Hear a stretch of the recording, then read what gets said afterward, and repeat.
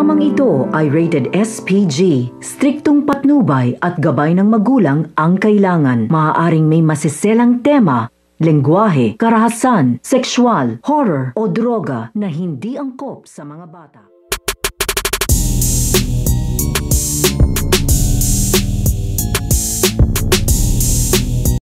Ang paghahanap nito nga ni Brian, ni Lola Berta at ito nga si Ding dito nga kay Nalda. Dahil nag-aalala na nga dito ito nga si Ding at ito nga si Lola Berta dahil hanggang sa ngayon ay hindi pa nga daw umuwi ito nga daw kanyang ate na ito nga daw si Nalda.